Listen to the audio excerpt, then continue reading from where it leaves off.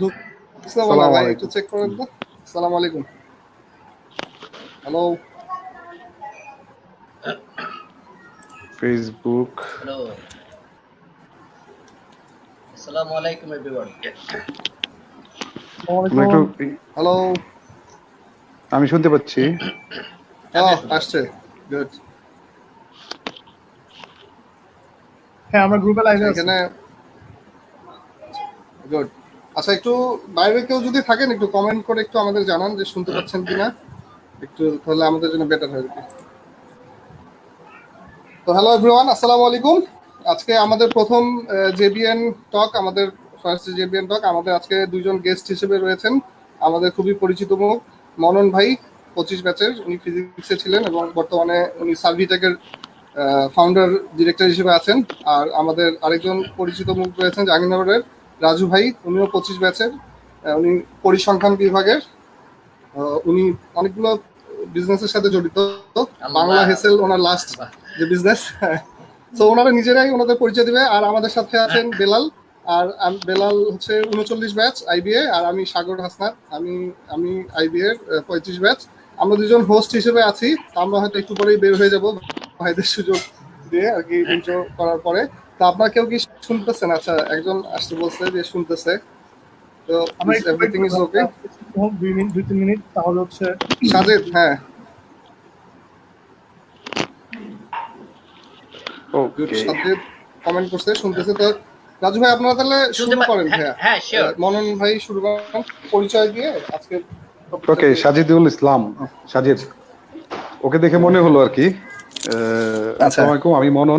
আমি মনন জাহাঙ্গীরনগর 25তম ব্যাচ ফিজিক্সে পড়তাম। এখন টুকটাক বিজনেস করি এবং যেটা হয় আর কি, জেবিএন কে শুভেচ্ছা জানিয়ে শুরু করতে হচ্ছে আমাদের। জেবিএন এর প্রথম কার্নিভালের প্রথম যে ভিডিও ক্লিপস গুলো করেছিল প্রেজেন্টেশনের, আমার মনে হয় আমি জেবিএন এর জন্য গিনিপিগ। কারণ ওই সময় প্রথম ভিডিওটা আমাকে দিয়ে শুরু করছিল, এবং এইবারও এই ওদের যে লাইভ যে ইভেন্টটা শুরু করতেছে, এবারও গিনিপিগ এর অন্যতম অংশীদার আমি। তো জেবিএনকে ধন্যবাদ আমাকে এইভাবে কাটা ছেড়া করার সুযোগ দেওয়ার জন্য। আমাদের সাথে আজকে আছে আমাদের বন্ধু রাজু, এবং আমি একটু রাজু ইন্ট্রো দাও, পরিচয় দিব, তারপর কথা বলতেছি। হ্যাঁ, হ্যাঁ। পরিচয় করি না। আচ্ছা, আমি মোহাম্মদ আনোয়ারুল কাইম চৌধুরী রাজু। আমি পরিসংখ্যানে ছিলাম 25তম ব্যাচ। বেসিক্যালি সিন্স 99 নভেম্বর থেকে আমি জবে ছিলাম, এবং বেসিক্যালি আমার সাইট ছিল আইটি ওরিয়েন্টেড জবই করেছি। এমএনসি এবং লোকাল মিলে প্রায় 16 বছর আমি চাকরি করেছি। এর ভিতর 2টা বিদেশি কোম্পানিতে ছিলাম কান্ট্রি হেড হিসেবে। Then I have start my business. আমি ইভেন্ট ম্যানেজমেন্ট এবং ওকে। ফুড ক্যাটারিং নিয়ে বাংলা হেসেল নামে একটা কোম্পানি ফর্ম করি। এটার অন্যতম একটা অবজেক্টিভ ছিল, অনেকে আমি জিজ্ঞেস করেছে যে আইটি ছেড়ে এই টাইপসের ডিফারেন্ট ট্র্যাকে কেন আসলাম। এনিওয়ে, সামহাউ আমি এটাতে আসলাম, বাট এটার উদ্দেশ্য এখন হচ্ছে, মহৎ একটা উদ্দেশ্য ছিল যে পাবলিককে হেলদি ফুড খাওয়ানোর জন্য যত রকমের ইন্টারন্যাশনাল যে কমপ্লায়েন্স গুলো আছে, we like to introduce all those thing, আমরা এগুলো প্র্যাকটিস করি। তো ওই সেন্সে আমি বলবো একটা সময়ে যে আসলে আমরা কি কি করছি বাংলাদেশে স্বাস্থ্যকর খাওয়ার এবং রিজনেবল প্রাইসে এবং বেস্ট সার্ভিসটা দেওয়ার জন্য যা যা করা দরকার আমরা সেটাই করছি এখন। তা আজকে যে টপিকস এবং যে দুইজন হোস্ট সাগর এবং বেলাল, দুইজনকে অশেষ ধন্যবাদ আমাকে এরকম একটা ফ্লোরে কথা বলার সুযোগ করে দেওয়ার জন্য। বেসিক্যালি আমি নিজেকে একজন সেলস গাই হিসেবে পরিচয় দিতে বেশি স্বাচ্ছন্দ্য ফিল করছি। কাউকে জ্ঞান দেওয়ার মতো ওরকম যোগ্যতা নাই, তবে আমরা ব্রেন শেয়ার করতে পারি, নলেজ শেয়ার করতে পারি। নলেজ শেয়ার করলে হবে কি যে আমরা আমাদেরকে ডেভেলপ করতে পারি, জাহাঙ্গীরনগরিয়ান যে প্ল্যাটফর্মটা। তো এই হচ্ছে যে এট গ্ল্যান্স বলা যে টপিকস, আজকে যে টপিকস ওটা কি, can I say something on it, নাকি অন্য কেউ স্টার্ট করবে? হ্যাঁ শিওর ভাই, হ্যাঁ শুরু করুন, আপনি শুরু করেন। কাস্টমার স্যাটিসফ্যাকশন বা গ্রাহকের সন্তুষ্টি এক টেকসই ব্যবসার জন্য কতটুকু প্রয়োজন, এটা হচ্ছে মূলত আজকের টপিকসের মোদ্দা কথা। এটা আসলে ইটস নট লাইক দ্যাট যে আজকের ইস্যু, এটা আসলে যুগ যুগান্তর ধরে তাই হয়ে আসছে। আমরা যদি একটু ইয়েতে যাই, আমি আসলে বলা উচিত না যে বেশি বলে ফেলছি কিনা যায় না, আমি পড়াশোনা করে যতটুকু জেনেছি যে 1900 শতক থেকে মূলত আহ, এই ট্রেন্ডটা চলে আসছে, কাস্টমার স্যাটিসফ্যাকশন পার্টটা স্টেপ বাই স্টেপ। তার আগে কিন্তু পণ্য বিনিময় ছিল, যখন কারেন্সি ইন্ট্রোডিউস হলো তখন থেকেই কিন্তু এই জিনিসটার ইন্ট্রোডাকশন। সেই ইন্ট্রোডাকশনের প্রথম স্টেজে ছিল যে production base concept. Production base concept যে তুমি যা বানাবা তাই ভোক্তাকে খেতে হবে। ওখানে ভোক্তার কোনো অধিকার ছিল না, ভোক্তার কোনো চাওয়া ছিল না, যা বানাবা তাই। এরপরে হলো প্রোডাক্ট কনসেপ্ট আসলো, যে একটু কাস্টমার ঠিক আছে একটু এরকম করে দিই, কাস্টমার মধ্যে একটু খুশি হবে। এইরকম করেই কিন্তু ট্রেন্ড চেঞ্জ হয়ে হয়ে এরপর হলো মার্কেটিং কনসেপ্ট আসলো, যে না পাবলিকের রিকোয়ারমেন্টস গুলোকে ইন্টিগ্রেট করতে হবে প্রোডাক্টে, আদারওয়াইজ আমি সেল করতে পারবো না, আমি কম্পিটিশন থাকতে পারবো না।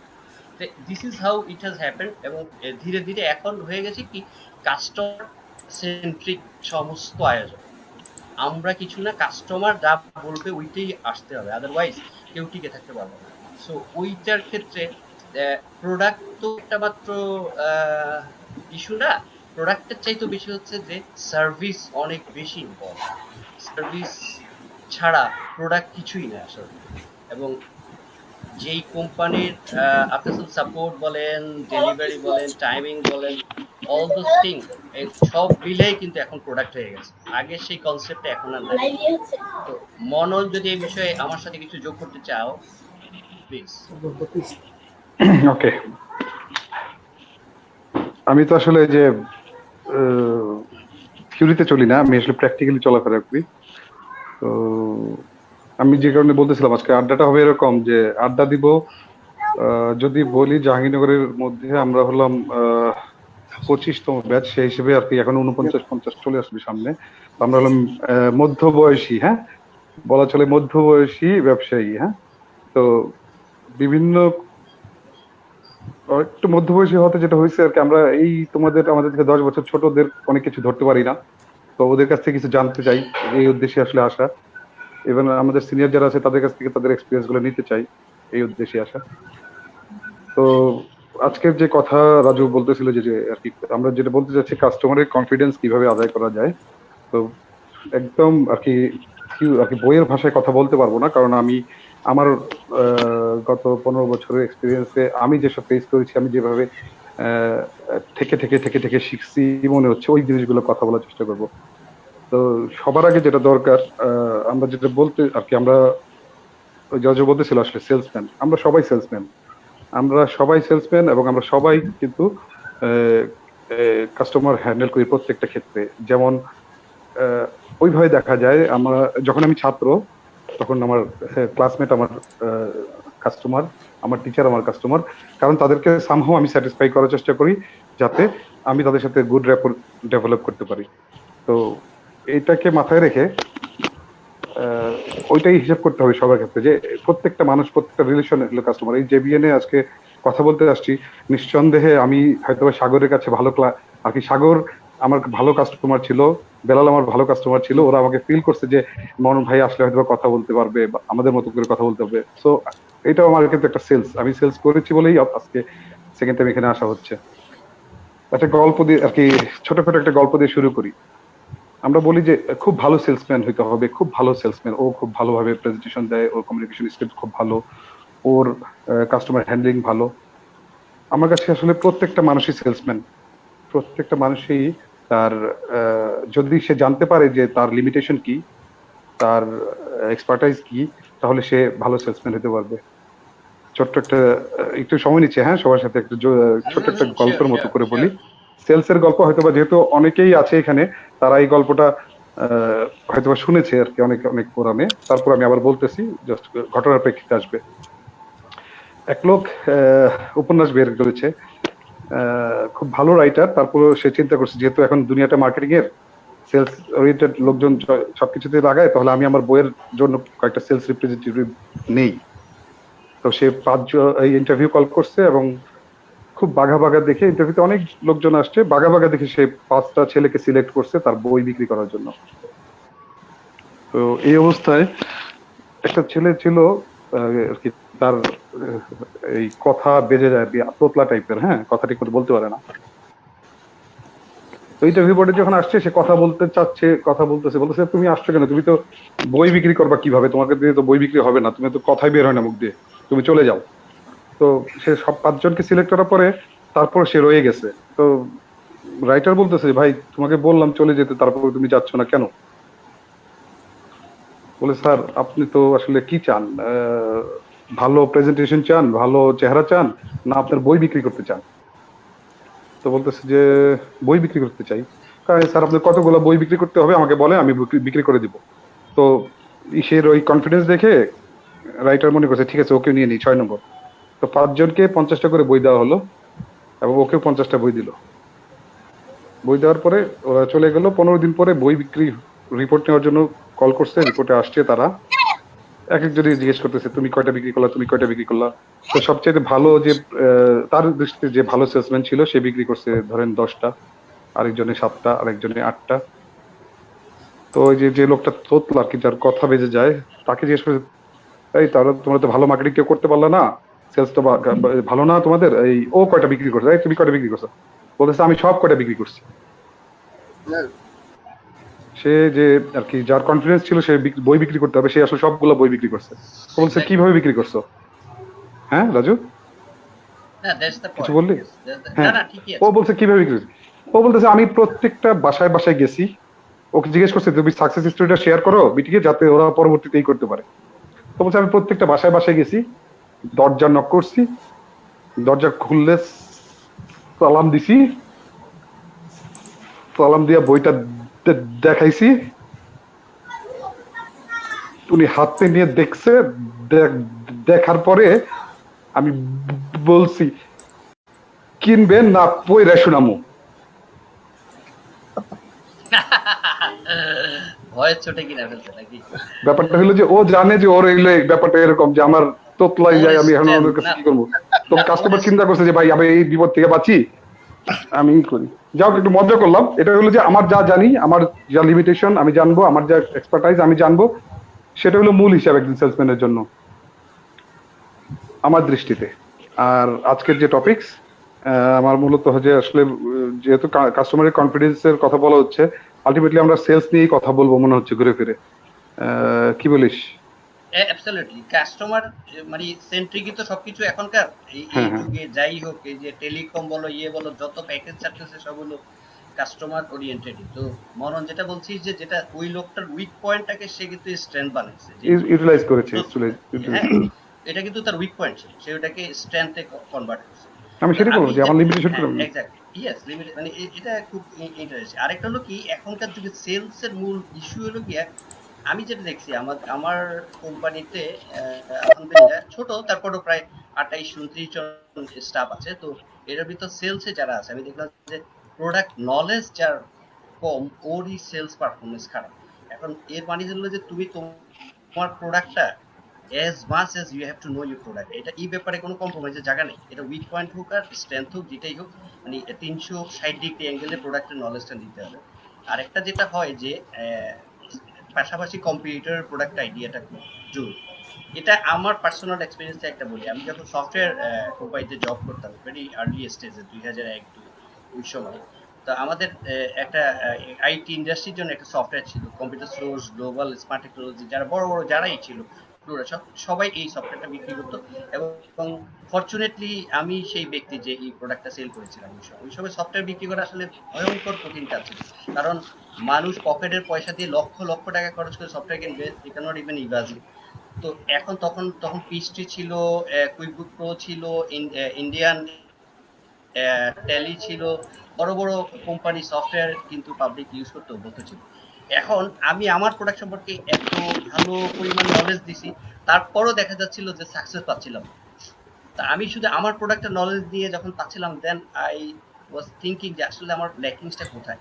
তখন আমি পিএইচডি সম্পর্কে পড়লাম, জানলাম, এটা ইউজ করলাম, কুইকবুক প্রো করলাম। তখন যে 3টা সফটওয়্যার আমার কম্পিউটার ছিল, কুইকবুক প্রো করলাম, ট্যালি সম্পর্কে জানলাম, ট্যালির কি কি উইক পয়েন্ট আছে, স্ট্রেংথ আছে। দেন আমি কম্পারিজন অ্যানালাইসিস করে তাদের কাছে গেলাম, এবং সাডেনলি মানে আমি সাকসেসটা পেতে শুরু করলাম। মানে হচ্ছে যে শুধু নিজের প্রোডাক্ট না, আসলে কম্পিউটার প্রোডাক্টের মধ্যে প্রচুর নলেজ লাগে, নাইলে আর এখনকার কাস্টমার না অনেক বেশি নলেজেবল। অনেক বেশি নলেজেবল, এটার ব্যাপারে কোনো মানে কম্প্রোমাইজের কোনো জায়গা নেই। আমি আইটি ওরিয়েন্টেড উদাহরণ দিলে, আমি যেহেতু এই লাইনে বেশি কাজ করছি, যে যা লাইক আমি দেখছি যে ইন্টেলের কেউ কোর i7 এর একটা প্রসেসর কিনতে আসছে, হ্যাঁ, এখন সে এই ওরিয়েন্টেড সম্পর্কে যথেষ্ট জেনে সে আসছে। এখন সেলসম্যান জানে যে ওর কাছে এটা নাই, তাইলে এখন তাকে কি করতে হবে? মানে ওর জন্য ইজি হচ্ছে যে নাই, আমার কাছে নাই, কিন্তু ওর কাছে আছে কি AMD র্যাথলন আছে। এখন ইস্যু হচ্ছে যে he has to know how to compete against মানে কোর i7। এই নলেজটা যদি থাকে, ভালো পরিমাণ নলেজ থাকে, স্যার আপনি এটা দেন, আপনারটা যেটা বলছেন you are right, in the same time I have another product এটার ফিচারগুলো এরকম, এই কম্পারিজনটা দেখাইতে পারে এবং লাইভ তাকে দেখাই দিতে পারে, তাইলে আমার মনে হচ্ছে আমি এরকম অনেক করছি। আমি পিএইচডি, কুইকো প্রো, ট্যালি এগুলাকে সরাই দিয়ে বাংলাদেশে একটা লোকাল সফটওয়্যারকে ইমপ্লিমেন্ট করে ছাড়ছে, এবং সেটা অল্প টাকায় না, 15 লাখ 20 লাখ টাকায়। এটা কিন্তু খুব সহজ কাজ ছিল না। দারোয়ানও বের করে দিয়েছে আমার, না আমাদের লাগবে না, কি লাগবে না, আমাদের লাগবে। আসলে হচ্ছে যে কম্পিউটারটাকে ভাবছিল সফটওয়্যার, ওই দারোয়ান আমাদের আছে এটা। আমি এরকমও হয়েছে, বললে নাম বলবো কিনা জানি, ক্রীড়া পরিষদ ভবনে সফটওয়্যার বিক্রি করতে গেছি, ওরা আমাকে মারবে, চারদিকে আটকায় ফেলছে। যখন শুনলো সমস্ত ফিচার বললাম, ওদেরকে জানতে চাইলো, কারণ হলো ওইখানে এতই দুর্নীতি, মানে এটা হইলে যে দুর্নীতি বন্ধ হয়ে যাবে এটা শুনে মোটামুটি আমাকে আটকানো হয়েছে, যে আমাকে আর বাইরে দিবে না। অনেক কষ্টে মাপটা চেয়ে, ভাই ভুল হয়ে গেছে, আমি আর আসবো না, প্রায় আধা ঘন্টা মাপ চেয়ে তারপর বাইরে যাবে। ইস্যু হইলো যে এই বেশি জানলেও আবার সমস্যা, নলেজ বেশি শেয়ার করে ফেললে আবার বিপদ আছে আর কি। তখন আবার তো যেই তুই কি এটা আজকের প্রোগ্রামের জন্য তো বলতেছিস না নাকি? না আজকে ঝাড়া কাজ, হ্যাঁ আজকে আরেকটা যেটা আসলে সত্যি কথা হলো, প্রোডাক্ট যে ভালো, এইটা সবচেয়ে বড় ক্যাম্পেইন হচ্ছে আমার কাস্টমার। একটা ভালো কাস্টমার আমাকে অনেক বেশি সেল লাইনে দিতে পারে rather than advertisement. Word of mouth ক্যাম্পেইনের কথা সবাই জানে, মানে পজিটিভ ক্যাম্পেইন আসলে মানুষই করে। আমি দেখছি আমার কাস্টমার আজকে আপনাদের এইখান থেকে নাও, বাংলা হেসেল থেকে খাবারটা নাও, তোমার এটা নিয়ে এত চিন্তা করার কি আছে? আমার 1 টাকাও মার্কেটিং এ খরচ করতে হয়। আমি কোথায় দিচ্ছি? HSBC দিচ্ছি। ও HSBC, ও তাইলে তার কনফিডেন্স, ব্র্যাক ব্যাংক অটোমেটিক্যালি আমাকে কম্পিটিশনে নিয়ে আসলো। কম্পিটিশন হলো, বাট সাবজেক্ট টু কন্ডিশন 13টা কোম্পানি কিন্তু বাংলাদেশের সেরা 13টা ক্যাটারিং কোম্পানি কিন্তু ওখানে কম্পিট করে 3 দিন করে খাবার দিল টোটাল ওদেরকে, অনিক টাওয়ার এবং শেপাল টাওয়ার, ওদের 2টা হেড অফিস। সো ওইখানে আমরা কিন্তু কম্পিট করে ফার্স্ট হয়েছি। এই যে সেলসম্যান, হ্যাঁ, ও হচ্ছে রিয়েল সেলসম্যান। আমি কেন আসতে বলছি, ও দেখো কিন্তু এখানে ওর আর কি বাংলা হেসেলের সেলসটা প্রোডাক্ট দিয়ে দিল, হ্যাঁ, এটা বুঝতে হবে যে সবাই দেখতেছে। আমি একটা মননকে আমি জানি মনন সারা জীবন আমার পিছনেই থাকে, আমার মানে পিছন লাগিয়া থাকে, পিছন থাকে না, ব্যবসায়িক দিক থেকে আমার চেয়ে প্রায় 100 গুণ আগে, বাট এমনি থাকে আমার পিছনে, এইভাবে দিতে থাকে, এইভাবে রাজু দিতে থাকে, এইভাবে আমাকে পিন মারে, ওইটা কোনো ইস্যু। এটাও কিন্তু একটা লার্নিং, আমি যারা আসতে চাই এটা একটা লার্নিং। ইয়েস, আমি একটা জিনিস বলি, বাংলাদেশে ওই 13টা কোম্পানির ভিতর মানে আমি অনেস্টলি মন থেকে বলছি, আমি 13 নাম্বার হওয়া উচিত ছিল, but fortunately I became first. কেন হইছি? কারণ আমি সেলসের ট্রিকটা বুঝতে পারছি, হোয়াট টু ডু, হোয়াট দেয়ার মানে নিডস, ওইটা যখন বুঝছি জাস্ট ওই অ্যাঙ্গেলে কাজ করে গেছি। ওইখানে স্পাইস ছিল, ওইখানে মানে বাংলাদেশের যত বড় বড় ক্যাটারিং করে আপনারা নাম জানেন, এই যে ফখরুদ্দিন, এন্ট্রান্স, সবাই ছিল, হ্যাঁ। তো ওইখানে যখন কনফিডেন্স হলো, আমার কনফিডেন্স লেভেলটা বেড়ে গেল।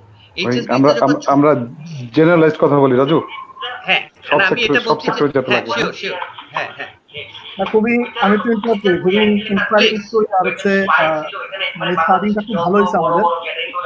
এখন সাগর ভাই কারো থেকে কথা নেওয়া যাচ্ছে। আচ্ছা, আমরা হচ্ছে রিলেটেড কিছু কোয়েশ্চেন নিব। আপনাদের যদি এই রিলেটেড কোনো কোয়েশ্চেন থাকে যে কাস্টমার স্যাটিসফ্যাকশন নিয়ে, তাহলে আপনারা কোয়েশ্চেন করতে পারেন, তাহলে আমরা আমাদের গেস্টদের থেকে হচ্ছে কোয়েশ্চেন নিব। আমি একটা জিনিস হচ্ছে রাজু ভাইকে অ্যাড করি, এখন তো আসলে সবকিছু ডিজিটালাইজড, এই কারণে দেখা যাচ্ছে যে কাস্টমার যদি কোনো কিছু নেগেটিভ ফিডব্যাক পায় প্রোডাক্ট নিয়ে, তাহলে কিন্তু সাথে সাথেই ফেসবুক আছে বা তার সোশ্যাল মিডিয়াতে গিয়ে কিন্তু রেকমেন্ডেশন দিয়ে দিচ্ছে, 1 স্টার দিয়ে দিচ্ছে, এবং এখানে কিন্তু হাইড সিকের কিছু নাই। এই কারণে যদি কোনো মানে কাস্টমার সাপোর্ট যদি কোনো কারণে খারাপ হয় বা প্রোডাক্ট যদি খারাপ হয়, সেক্ষেত্রে আগে যদি হাইড করে রাখতে পারতো, এখন কিন্তু হাইডের অপশনটা নাই। এই কারণে আমার মনে হয় যে আপনি যে শুরুতে বললেন যে সার্ভিসে ফোকাস থাকা, তো প্রোডাক্টে যতটুকু গুরুত্ব দিবে তার চেয়ে বেশি মনে হয় গুরুত্ব দেওয়া উচিত সার্ভিসের দিকে, যে আফটার সেল সার্ভিসটা কাস্টমার ইউজ করতেছে কিভাবে, তার কোনো প্রবলেম হচ্ছে কিনা ওই জায়গাতে ফোকাস দাও, তাহলে মনে হয় সেলস এর ব্যাপারটা আরো বেশি বেড়ে যাবে। আপনারা এখন কি বলেন? এখন আসলে Absolutely. সার্ভিসের ইস্যুটা শুরু থেকেই ছিল, আসলে অনেক আগে থেকেই ছিল।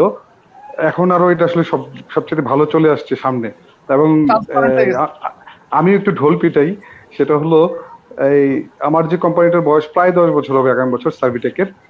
সার্ভিটেক শব্দটা আমি আসলে নিয়েছি কিন্তু সার্ভিসটাকে মাথায় রেখে, হ্যাঁ, সার্ভিং টেকনোলজি এরকম একটা কিছু কনসেপ্ট মাথায় রেখে এই সার্ভিটেক নামটা নিয়েছি। কিন্তু এই সার্ভিসের ইস্যুগুলো কিন্তু আজকে থেকে না, মানুষজন এখন ডিজিটালাইজড হওয়াতে আমরা আসলে জানতে পারতেছি, কিন্তু অনেক আগে থেকেই লোকজন সার্ভিসটাকে প্রিফার করে আসতো। আমাদের এই ইন্ডাস্ট্রিতে আমি গার্মেন্টস মেশিনারিজ করি, তো মেশিনারি ইন্ডাস্ট্রি বাংলাদেশে ধরো গার্মেন্টস হওয়ার সাথে সাথেই আসছে আজকে 35-40 বছর। তো এই যে সময়টা, এই সময়টাতে আমাদের ঠিক 10 বছর আগের যারা এন্টারপ্রেনার আছে তারা ম্যাক্সিমামই দেখা যাচ্ছে আর কি ওই হাতুর আর কি মেশিন টেশিন টাইট দেওয়া, স্ক্রু টাইট দেওয়া মালিক, তারা এসব স্ক্রু টাইট দিত। তাদের সার্ভিসের কারণে তাদের কোম্পানিগুলো বড় হয়ে গেছে। এখন আমরা যারা আসছি আমরা আসলে কথাবার্তা বলে বলে কিছু কিছু চেষ্টা করতেছি, আলটিমেটলি আমরা কিন্তু তাদের মতো ওই বড় হইতে পারবো না, কারণ মূলত সার্ভিস ইস্যুটা আসছে। আরেকটা গল্প বলি আর কি, হ্যাঁ, সার্ভিসের একটা গল্প। প্লিজ প্লিজ আমি আমি জাহাঙ্গীরনগর থেকে পাশ করার পরে নতুন নতুন চাকরিতে জয়েন করছি নোভার্টিসে। রাঙামাটিতে মাসে 2টা ট্যুর থাকে। তো রাঙামাটিতে নতুন এমপ্লয়ি গেলাম এক ডাক্তারের কাছে। রাঙামাটিতে খুব বড় ডাক্তার, সে নাম করা ডাক্তার। তার চেম্বারে ঢুকলাম, ঢোকার মাত্র যখন দেখছে নোভার্টিস, সে আমাকে বলতেছে, আপনি নোভার্টিস থেকে আসছেন? বললাম জি। তো আমার এখানে লোকজন নাই, থাকলে আপনাকে ঘাড় ধাক্কা দিয়ে বের করে দিতাম। আমি একটু হয়ে গেলাম, যে যাকে বলে ভেবা চেকে খাওয়া না, যে কি ব্যাপার উনি এইভাবে কথাবার্তা বলতেছে, আমাকে চিনে না জানে না, আজকে প্রথম দিন আসলাম। তো যেহেতু যে সাহস করে বললাম যে ম্যাডাম আসলে কি সমস্যাটা আমাকে একটু বলবেন। না আপনাদের বলে কি হবে, আমি তো এই গত 2 বছর ধরে আপনাদের কোম্পানি কোনো লোকজন আসে না আমার কাছে, আমি তো মোটামুটি আর কি ভালো প্র্যাকটিস করি, আমার কাছে কেউ আসে না। তাই বলেন ম্যাডাম সেই জন্য তো আসলে আপনার রাগ করাটা এক হিসেবে ঠিক আছে, যে এই নতুন আর কি আপনি নোভার্টিসের মতো কোম্পানি আপনার কাছে আসে না, আপনার মতো ডাক্তারের কাছে। আবার আমি তো একদম নতুন, আমাকে বলতেছেন, সেটা আমার থেকে তো আসলে আমি নিতে পারি না। তো আমি আসলে সেদিন রাগ করে চলে আসলে কিন্তু আর ব্যাপারটা এরকম হইতো না। পরবর্তীতে এমন হয়েছে এখনো আর কি, ওনার সাথে রিলেশনটা এমন ডেভেলপ করা হয়েছে যে আমি যখনই রাঙামাটি যেতাম, ইভেন আমার ওয়াইফ নিয়ে যখন রাঙামাটি গিয়েছি তার বাসা থেকে ছিলাতে। তো সেলসম্যানের জন্য এটা একটা বড় জিনিস যে তুমি প্রথম ধাক্কাতেই আর কি, প্রথম ধাক্কাতে অ্যাবনর্মাল কিছু হতে পারে বা কোনো কিছু আর যে কোনো কিছু হতে পারে, পজিটিভ হতে পারে, নেগেটিভ হতে পারে, তোমার পিছায় যাওয়ার কিছু নাই। হ্যাঁ, তাহলে ভাই আমরা বুঝতে পারলাম যে ইগো রাখা যাবে না, বা ইগো রাখা যাবে না। না না, ইগোটা রাখতে হবে, ইগোটা রাখতে হবে। তুমি তোমার পার্সোনালি তোমার উপর চলে আসলে দিবে না, কিন্তু তোমাকে ইগোটাকে ভাঙতে হবে, যে উনি যে এক্সপ্রেস করেছে ওটা শুধু তোমার জন্য না, ওটার জন্য দায়ভার আরেকজনের, কিন্তু ভুল জায়গায় নিয়ে নিতে পারবে না। তোমাকে একজন বকা দিল, তুমি চলে আসলা, তাহলে তা হইলো না। না না এটা পাশাপাশি আমি হ্যাঁ প্লিজ সরি একটু ইন্টারাপ্ট করে, মানে আমাদের যারা দর্শক আছেন তাদেরকে বলছি আমরা অলরেডি কোশ্চেন নেওয়া শুরু করেছি। আমরা কিছুক্ষণের মধ্যেই হয়তো ভাইদের মেইন সেশনের পর আমরা কোশ্চেন এন্ড আনসার সেশনে যাব। তো আপনাদের যদি কোনো কোশ্চেন থাকে, অলরেডি বেশ কিছু ভালো কোশ্চেন এসেছে, আমরা এটা নোট ডাউন করছি, তো আপনারা এটা কমেন্টে কোশ্চেন করতে পারেন। সরি রাজু ভাই, আপনাকে ইন্টারাপ্ট করেছি, আপনি না না না ঠিক আছে। মনন যেটা মননের মতো এরকম মজা করে তো কথা বলতে পারি না, এটাই হলো আমার ব্যর্থতা। হ্যাঁ, সো আমি যেটা একটা ইম্পর্টেন্ট টপিকস মাথায় আসছিল বলার জন্য। আচ্ছা, প্রোডাক্টের ক্ষেত্রে যেটা আমরা দেখি যে মানে কাস্টমার স্যাটিসফ্যাকশনের ক্ষেত্রে কাস্টমার কিন্তু দেখা যাচ্ছে যে যে কয়টা ইম্পর্টেন্ট জিনিস চায়, প্রোডাক্টের ফিচার যেমন ইম্পর্টেন্ট, সাথে সাথে সে রাইট প্রাইসটাও চায়। আমরা অনেক ক্ষেত্রে প্রাইসিং এ অনেক ক্ষেত্রে চেহারা সুরত দেখে ডিফারেন্ট প্রাইস বলে ফেলে, আমাদের সেলসম্যানশিপের কিছু দুর্বলতার কারণে। আমি একটু ইন্টারাপ্ট করি রাজু প্লিজ। ওই আজকে প্রাইসিং এর ইস্যুটাতে যাওয়ার আগে আমার মনে হয় যে প্রোডাক্ট সিলেকশনে আরেকটু কথা বলা দরকার। প্রোডাক্ট সিলেকশনে কথা বলতে এরকম যে আমরা আসলে জানি না আমাদের, তুই যেহেতু তোর প্রোডাক্ট একটাই, তুই তোর প্রোডাক্ট, কিন্তু জেনারেলাইজ আমাদের অনেকগুলো প্রোডাক্ট থাকে। আমরা অনেক সময় এমন দেখা যায় যে যার যে প্রোডাক্টটা আর কি কাস্টমারের প্রোডাক্ট অনেক সময় কাস্টমার নিজেও জানে না যে আমার এটা দরকার, কিংবা কাস্টমারকে আমরা অন্য একটা প্রোডাক্ট করতেছি, যার তার যেটা দরকার নাই অন্য একটা প্রোডাক্ট প্রেজেন্ট করতেছি। সেক্ষেত্রে আসলে প্রোডাক্ট সিলেকশনটা একটা বড় ভাইটাল ইস্যু, যে আমাকে আগে করতে হবে যে কাস্টমারের নিডটা কি, কাস্টমারের প্রোডাক্টটা কি, কোনটা কাস্টমার চাচ্ছে আসলে, এইটা এইটা যদি আমার কাছে থাকে অবভিয়াসলি আমি দিব। আর যদি এমন হয় যে আমি তার মাইন্ডসেটটাকে আর কি ডাইভার্স করতে পারি, যে আমার যে প্রোডাক্টটা সাথে তাকে কোপ আপ করতে পারি, সেটাও একটা অপশন হতে পারে। তো ফার্স্ট হলো আসলে আমাদের কাস্টমারের এন্ডে যে আগে প্রোডাক্টটা সিলেক্ট করা, যে কাস্টমারকে আমি কোন প্রোডাক্টটা নিয়ে, তার জন্য এই প্রোডাক্টটা অ্যাপ্রোপ্রিয়েট কিনা। যে তার দরকার হলো মনে কর এরকম একটা, তার দরকার হলো পেন ড্রাইভ। এক্স্যাক্টলি, আমি এটাই বলতে চাইছিলাম যে এটা ইম্পালসিভ সেল বলে সম্ভবত, মানে ব্যবসার ভাষায়। আসছে পেন ড্রাইভ কিনতে, কিন্তু ওকে বোঝানো হলো যে তোমার তো এত অল্প স্পেসে হবে না, তুমি বরং একটা পোর্টেবল হার্ড ড্রাইভ নিয়ে যাও। এই যে সেলসম্যানশিপের নলেজটা এই লোকটাকে বুঝতে, তখন কিন্তু ওই লোকটার ওয়ালেটে এখন টাকা তো পকেটে না থাকলেও সমস্যা নেই, এখন অনেক মানে ইনভিজিবল টাকা থাকে, ক্রেডিট কার্ড থাকে, ডেবিট কার্ড থাকে, বিকাশ থাকে। সো ইম্পালসিভ সেলস, এই যে সেলসম্যানশিপের আসলে এই পার্টগুলোতে খুব নজর দেওয়াটা খুব ইম্পর্টেন্ট। সো ও যদি রাইট পয়েন্টে যদি তাকে হিট করতে পারে যে হ্যাঁ আমি প্রোডাক্ট নলেজ আছে, আমি আপনার কাছে স্যার পেন ড্রাইভ দিতে পারবো, বাট এর চেয়েও বেটার আপনার স্পেসের জন্য আপনি হয়তো পোর্টেবল হার্ড ড্রাইভ দিতে পারেন। এটাতে কি হলো, কোম্পানির রেভিনিউ হলো এবং কাস্টমারও স্যাটিসফাইড যে হ্যাঁ আমাকে তো এর চেয়ে বেটার একটা পোর্টেবল হার্ড ড্রাইভের কথা হয়তো জানতোই না কাস্টমার, যে আচ্ছা এরকম কিছু একটা হইতে পারে। সে হয়তো বা অলরেডি ফিক্সড হার্ড ড্রাইভ নিয়ে হয়তো চিন্তা করছে। সেম লাইক প্রোডাক্টের ফিচার যখন বলবে, তখন এখনকার কাস্টমার গুলো না মানে একদম যথেষ্ট নলেজ নিয়ে আসে, মানে বরঞ্চ সেলসম্যানদেরকে কনফিউজ করে দেয়। তো ওই কারণে আমি বারে বারে বলতেছি যে আমাদের কাস্টমার স্যাটিসফ্যাকশনের পাশাপাশি রাইট মেসেজটা দেওয়াটা খুব ইম্পর্টেন্ট। রাইট মেসেজ, আমরা রং মেসেজ দিয়ে কনফিউজ যেন না করি। সেলস না হোক, does not matter, you will definitely come again যদি রাইট মেসেজটা দিতে পারি।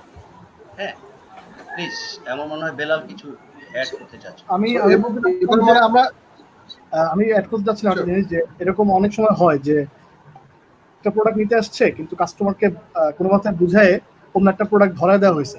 তো এই প্র্যাকটিসটা তো অবশ্যই ব্যাড। তো এই বিষয়ে যদি কিছু অ্যাড করেন যে এটা করলে আসলে ফলাফল কি হবে?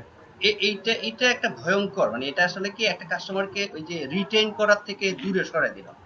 সে যে বারে বারে আমার কাছে আসবে যে আচ্ছা ঠিক আছে এই লোকটা তো আমাকে এত ভালো একটা সাজেশন দিছে, মানে আমরা যদি ভুল কোনো মানে ওই দিনের জন্য একদিনের সেলস হলে ঠিক আছে, ওই একদিনের সেল যদি কেউ চিন্তা করে তাহলে আসলে এটা বিজনেস হলো না।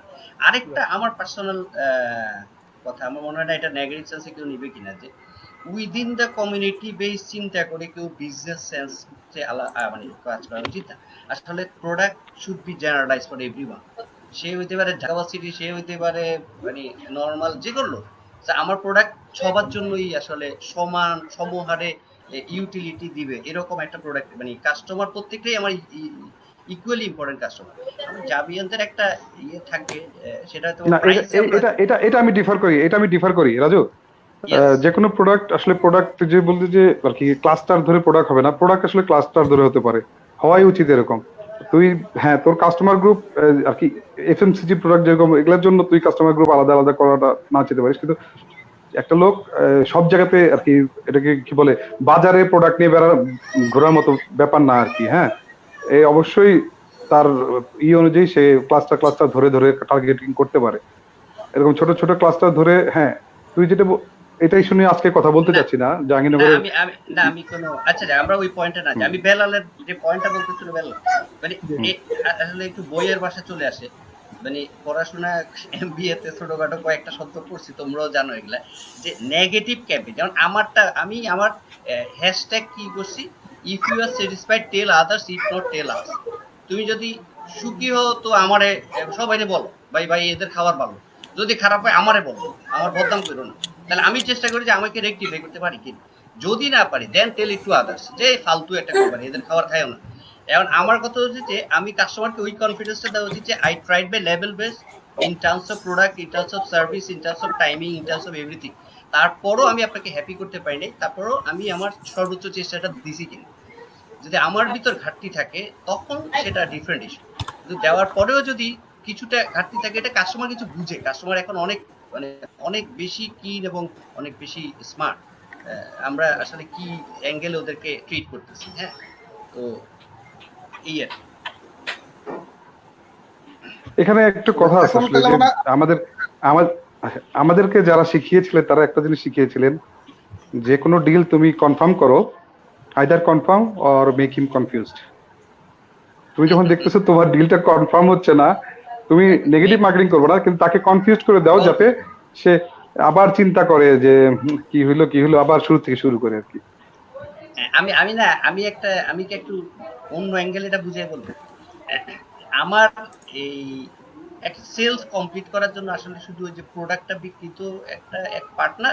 ওই যেটা বলতেছিলাম যে আমাদের আজকে ডিসকাশনের একটা পার্ট ছিল, আফটার সেল সাপোর্ট ছিল, রাইট প্রাইস ছিল, সবকিছু মিলে আমি না এটাকে মনে করি যে প্রত্যেকটা মিলে একটা পুঁথির মতো। একটা পুঁথি যেমন মালাতে এই সেলসটা একটা পুঁথি, এই সার্ভিসটা একটা পুঁথি, এবং তারপরে হচ্ছে যে এই মানে যতগুলো আছে আর কি, যে প্রত্যেকটা মিলেই কিন্তু টোটাল সেলসটা। ওই জায়গায় একটাতে ঘাটতি থাকলে কিন্তু সেলসটা কমপ্লিট হবে না, including collection, including after sale support. 1 বছর যদি ওয়ারেন্টি দিই, সেটা 1 বছর যেন পারফেক্টলি মেনটেন করা হয়। প্রয়োজনে 366 দিন দিব, 65 দিন, 64 দিন না। এই যে একটা যদি ঘাটতি থাকে না, তাইলে ওটাকে পারফেক্ট সেল বলা যাবে না। If it does not happen in this manner, যেটা হবে যে পরবর্তীতে এই কাস্টমারটা আমাকে আর নিজে তো আসবেই না, অন্য কাস্টমারদেরকেও ডিমোটিভেট করবে যে ডোন্ট গো দেয়ার। তুমি কিন্তু এখানে প্রোডাক্ট একটা পাইতে পারো, সার্ভিস আর ওইরকম পাবা, কিংবা সার্ভিস ঠিক আছে, তো সার্ভিস মডেললেস ঠিক আছে, কিন্তু কেমন জানি। তো আমাদের এই জায়গাগুলোতে একটু নার্সিং করার জায়গা আছে আর কি। সেলস মানে শুধু প্রোডাক্টটা বিক্রি করে দেওয়া না, এটা কমপ্লিট একটা জিনিস। এই জায়গা। কারো কোনো আমি একটু ইন্টারাপ্ট করি ভাই, আমাদের সরি ভাই, প্লিজ। আমাদের অলরেডি আধা ঘন্টা চলে গিয়েছে। আমরা মানে অলরেডি প্রোডাক্ট নিয়ে বেশ কিছু আলাপ করেছি। আমার আমরা তো মনে হয় মনে যে হচ্ছে প্রাইসিং এর দিকে আমার তো কাজ মনে করতে হচ্ছে পারি। যে 2 ঘন্টা যাবে আর কি। যাই হোক। না না, আসলে জাহাঙ্গীরনগরের লোকজন একসাথে বসলে আসলে আড্ডা এটা সময় দিয়ে আসলে হ্যাঁ, লিমিট করা যায় না। তো যাই হোক, আমরা মনে হয় প্রাইসিং এর দিকে, যেহেতু প্রাইস হুম। নিয়ে আসলে এটা খুবই সেন্সিটিভ একটা পার্ট, অনেক ধরনের অবজেকশন কমপ্লেন সব এই প্রাইস কেন্দ্রিক।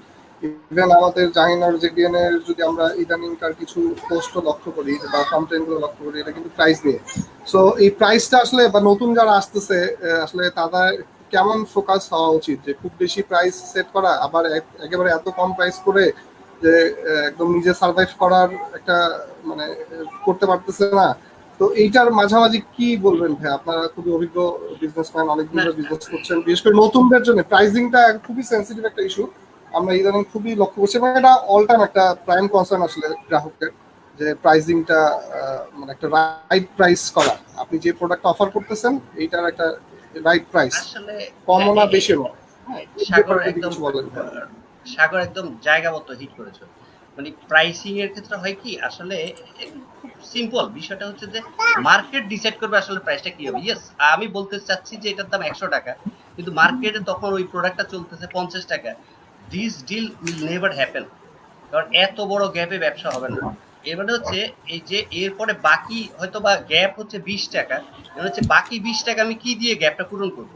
গ্যাপটা পূরণ করবো হচ্ছে আমার সার্ভিস, আমার আফটার সেল সাপোর্ট, আমি যেই মানে আমার total get up set up, আমার যে মানে ব্র্যান্ডিং। আমার যে টোটাল ব্র্যান্ডিং সবকিছু মিলেই তো। তো মানে যে গ্যাপটা পূরণ করতেই হবে আমার। এই একই প্রোডাক্ট দেখা যাচ্ছে যে কোন একটা ব্র্যান্ডেড দোকানে গেলে 120 টাকা, আবার একটা নর্মাল দোকানে গেলে 80 টাকা, আরেকটা দোকানে গেলে এখন বিষয় হচ্ছে যে you have to sell you all those strength একসাথে, সবগুলোকে কম্বাইন করে বিক্রি করলে কিন্তু প্রাইসটা ঠিক হয় না। এই আমি দেখলাম যে এই আমি আমার বাচ্চার জন্য হরলিক্স কিনতেছি, সপ্তাহে ঢুকলে দেখা যাচ্ছে যে ওইটার যে প্রাইস পাশের দোকানে আবার দেখা যাচ্ছে 15 টাকা কমে দিচ্ছে।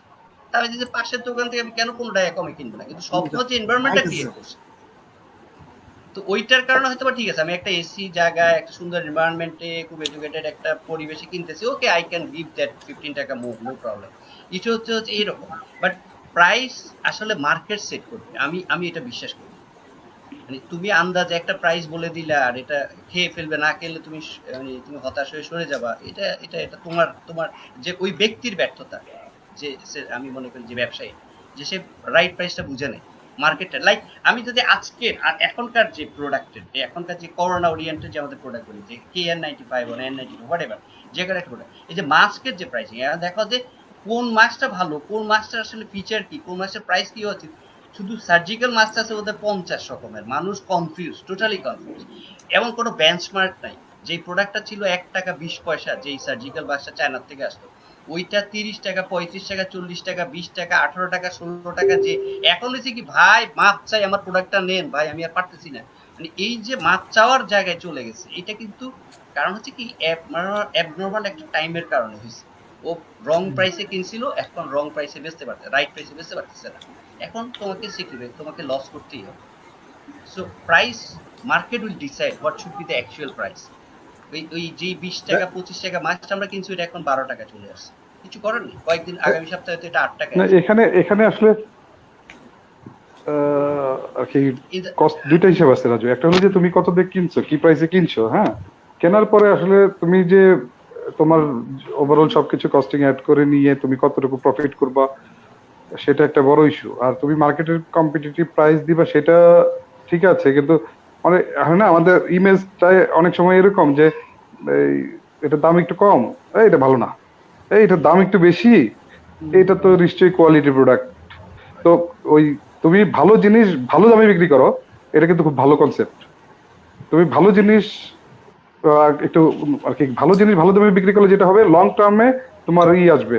হ্যাঁ, তুমি ওই ভালো জিনিসের মধ্যে নেগোশিয়েটের স্কোপটা থাকলে নেগোসিয়েশন করে একটু কমাই টমাই দিয়ে তখন আর কি একটা বেঞ্চে যে করো। আমরা কিন্তু কিন্তু একদম আমি কিন্তু রিসেন্ট এক্সাম্পল আছে।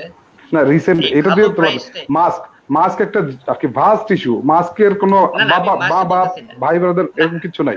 না আমি মাছ শব্দটা উচ্চারণ করলাম না। মানে রিসেন্ট একটা এক্সাম্পল হচ্ছে যে এই কি জানি সবচেয়ে দারাজ 2200 টাকায় 1000 টাকার প্রোডাক্টটা 2200 টাকায় বেচতে গেছে, বরঞ্চ ভ্রাম্যমাণ আদালত তাকে ধরছে। প্রোডাক্টটা ভালো, প্রোডাক্টটা নিয়ে কোনো ইস্যু না, তুমি কেন 200% লাভ করতে গেছিলে? এর মানে হচ্ছে যে price, market should decide the price. আমি বারে বারে যেটা বলতেছি, তুমি তোমার মতো করে বললে হবে না তো। আজকে একটা ধরা খাইছে বলে এরকম ওই পাবলিকটা হয়তো বা হতাশ হয়ে, তার ওই রকম যোগাযোগ ছিল বলে সে ধরা দিতে পারছে ব্রাহ্মণের আদালত দিয়ে, কিন্তু জেনারেল পিপল তো পারতেছে না, সে তো অসহায়। তো প্রাইসটা ওই কারণেই আসলে জাস্টিফাইড হওয়া উচিত। প্রোডাক্টের ফিচার আমি তাহলে আমি একটু অ্যাড করি। আমার মনে হয় যে যারা মূলত উৎপাদন করে না, ট্রেডিং করে, কিনে আবার সেল করে, তাদের আসলে ওই এস্টিমেশনটা থাকতে হবে যে আমি আমার প্রোডাক্টগুলো কত দিনে সেল করতে পারবো এবং ওই তত দিনে আমার প্রাইসটা কততে থাকবে, এই এস্টিমেশনটা মনে হয় থাকা উচিত। তাহলেই বোধহয় প্রাইসিংটা সেট করতে পারবে। এক্স্যাক্টলি। আমি আমার ইন্ডাস্ট্রির একটা কথা বলি যে আমার কাছে হাস্যকর লাগে ওদের কথা বলার পর। যেমন যে বলে যে ভাই আপনার মুরগি বা এটা তো কিনছেন 50 টাকা, লগে ইয়ে 10 টাকার মশলা লাগছিল আর এটা লাগছিল, তাহলে তো এটা 62 টাকা দিয়ে দিতে পারেন। এখন আমার যে 70,000 টাকার অফিস ভাড়া, 5,000 4.5 লাখ টাকা কি জানি স্টাফ খরচ, অন্য ওভারহেড গুলো, মানে এগুলো ওর মাথায় নেই। ও ভাবতেছে যে তো সব খায় ফেলবো। মানে এই যে হাস্যকর একটা সিচুয়েশন, মানে আমার কাছে এটা অদ্ভুত লাগে। মানে ও বুঝতেছে না যে মাস শেষে আমার এই ম্যান্ডেটরি কস্টটা আছে, এবং I have a family, I have to bear all those expense of my family. এবং ডেফিনেটলি আমি জব ছেড়ে ব্যবসায় আসছি ডেফিনেটলি আরেকটু বেশি কিছু ইনকাম করার জন্য, না আরেকজনের গোলামি না। ঠিক আছে, আমি চাই না। আরেকটা যেটা আমি আসলে বিজনেসম্যান ছোট, আমি আসলে ব্যবসাতে খুব নবীন, মননের চাইতে অনেক নবীন। আমার সবচেয়ে ভালো লাগে মারে আর কি কথা মারতে হইব আর কি। না মনন, আমি একদম সত্যি কথা বলি, আমি একদম আমার ট্রু ফিলিংসটা বলি। আমি যেদিন আমার ড্রাইভারকে বেতন দিলাম, আমার কাছে না অসাধারণ লাগছে যে এই লোকটা আমার কাছে বেতনটা চাইছে, দিছি, এবং এটা দিয়ে ওর ফ্যামিলিটা চলতেছে। হইতে পারে এটা কয়েক কোটি ভাগের 1 ভাগ জিডিপি কন্ট্রিবিউশন, বাট এই টাকাটা দিয়ে ওই লোকটা তার ফ্যামিলি চালায়। এখন যেমন 28টা লোক আমার থেকে এই বেতনটা নিয়ে তার ফ্যামিলি চালাচ্ছে। দিস ইজ দ্য, মানে আমার কাছে মূল স্যাটিসফ্যাকশন। মানে forget about all those profit and others thing, this is my inner feelings, believe me or not. ধন্যবাদ। প্লিজ। আচ্ছা ভাইয়া, আমি একটু রিলেটেড, একটু যেহেতু এখানে একটু প্রিমিয়াম প্রাইসিং এর কথা চলে আসতেছে, যে এক একজনের প্রাইসটা তার যে সার্ভিস অনুযায়ী ডিফার করে। সাপোজ একই প্রোডাক্ট কেউ 10 টাকায় সেল করতেছে, কেউ 12 টাকা বা কেউ 15 টাকা। সো এই যে প্রিমিয়াম প্রাইসে সেল করতেছে, 15 টাকা আমি সেল করতেছি, তো এইটা আমি কাস্টমারকে কিভাবে আমি আসলে অ্যাড্রেস করলে বা কাস্টমারকে কিভাবে বুঝালে সে কি বুঝবে যে আসলে না এটা একটু প্রিমিয়াম প্রোডাক্ট বা এটা ওই 10 টাকার প্রোডাক্টের মতো না? সো এই জায়গায় যদি একটু বলেন ভাইয়া। ওকে, মোটা দাগে আর কি। হ্যাঁ, তোমার যে প্রোডাক্ট, তোমার প্রোডাক্টের প্রিমিয়াম প্রোডাক্ট হওয়ার মধ্যে সবচেয়ে প্রথম কথা হলো যে প্রোডাক্টের কোয়ালিটিটা ভালো, তুমি স্যাটিসফাইড কিনা। তারপরে তুমি যা যা অ্যাড করতেছো এই অ্যাডের গুলো ফিচার আকারে ক্লায়েন্টের কাছে তোমাকে এক্সপ্রেস করতে হবে, যেগুলো তোমাকে প্রেজেন্টেবল, যেগুলো তুমি বলতে পারতেছো। হ্যাঁ, সব শেষে তুমি যদি ক্লায়েন্ট আর কি, আমি এটা বিশ্বাস করি ক্লায়েন্টের কাছে যদি এখন আর কি মোটামুটি আমি যেরকম আর কি, আমি পার্সোনালি সবকিছু বলে দিই একদম ইচ এন্ড এভরিথিং। ইভেন আমার প্রফিট মার্জিন এখন আমার সব ক্লায়েন্ট জানে যে এই মার্জিন দিয়ে এই করি। কারণ হয় কি, আমি আমাদের ইন্ডাস্ট্রিতে ডিফারেন্ট, যেটাতে আসলে একই ক্লায়েন্ট, হ্যাঁ একই ক্লায়েন্টকে বারবার সুযোগ থাকে। এমন যদি হতো যে প্রত্যেকদিন নতুন ক্লায়েন্ট, তাহলে কি ছিল। তো আমরা আসলে মূলত ফোকাস হই রিলেশন ডেভেলপমেন্টে। যত বেশি তার কি এই কি পার্সনদের সাথে যত বেশি রিলেশন বেসড হওয়া যাবে তত আমার জন্য ইজি। এখন আমি বললাম না যে আমার প্রফিট মার্জিন গুলো সবাই এখন জানে, ইভেন বাসবেন্দ্র চায়নি যে এটাতে $এত, তাহলে আমার প্রফিট দেন, এটাতে আমার প্রফিট নাই, ঠিক আছে ভাই আপনার তাহলে $200 করে প্রফিট দিলাম। এটা ডিপেন্ড করে আর কি, যদি তোমার প্রোডাক্টটা ওরকম হয়। আর যদি হ্যাঁ বলা যাবে না, জানানো যাবে না, সেক্ষেত্রে তোমার ফিচার গুলো একদম ভিজুয়ালাইজ হতে হবে, যে ক্লায়েন্ট বুঝবে যে এটা বেনিফিট আমি পাচ্ছি। রাজু, হ্যাঁ ডেফিনেটলি, মানে সার্ভিসটা খুব ইম্পর্টেন্ট। আমার কাছে মনে হয় যে একই টেস্টের প্রোডাক্ট 5টা কোম্পানি বিক্রি করতে পারে, একই সে ডেল পিসি বেচতেছে, ডেল একটা ব্যাপার। এখন দেখা যাচ্ছে যে আমি এর ভিতরে তো ফ্লোরায় যাচ্ছি, বিকজ আমি ফ্লোরার সার্ভিসটা অসাধারণ পাচ্ছি। আমি যখনই ফোন দিচ্ছি, ওদের হয়তো বা একটা কল সেন্টার আছে, উইদিন অ্যান আওয়ার হয়তো আমার সার্ভিস পিপল এসে আমাকে সার্ভিস দিয়ে গেল। ওই ক্ষেত্রে তো আমি ডেফিনেটলি 2000 টাকা বেশি আমি ডেলের একটা ল্যাপটপ বিক্রি করতেই পারি।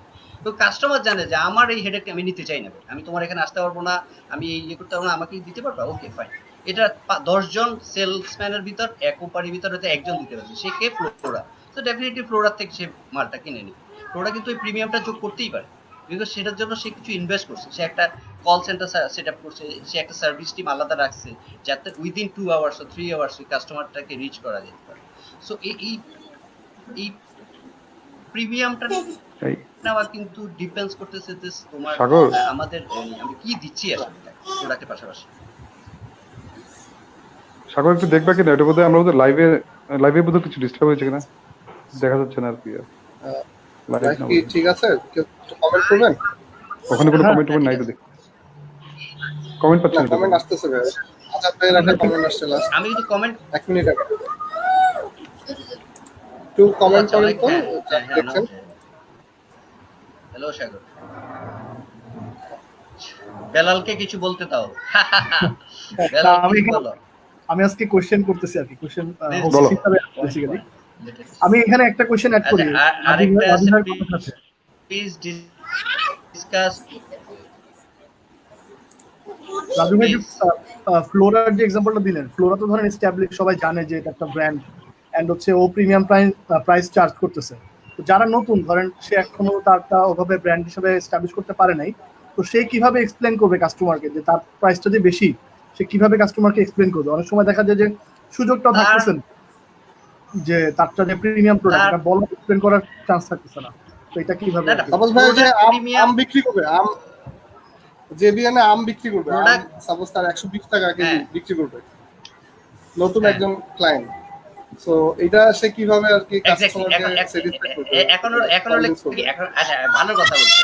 আম ইদানিং দেখছি জেবিএন পেজ অলরেডি লেখালেখি শুরু হয়েছে। এখন ইস্যু হলো কি, আমি পুরান ঢাকা থেকে আম কিনা ঢাকা গোপালগঞ্জ থেকে নিয়ে আসছি, রংপুর থেকে নিয়ে আসছি, বা দিনাজপুর থেকে আম নিয়ে আসছি। এখন এটা হলো যা যা ব্যক্তিগত ব্যাপার, আমি ওই পয়েন্টে যাচ্ছি না। বিষয়টা হলো আমটা যে পিওর এবং তার নিজের খামারের কিনা বা তার ইয়ের কিনা, এবং সে কি স্টাইলে প্রেজেন্ট করে দিচ্ছে, সার্ভিসটা কিভাবে পৌঁছায় দিচ্ছে কিনা। সবাই তো আম বিক্রি করতেছে না, মোরলেস 10 টাকা 5 টাকা বাজারে গ্যাপ। এখন সে ভ্যালু অ্যাড করার দায়িত্ব তার, এটা আমাদের।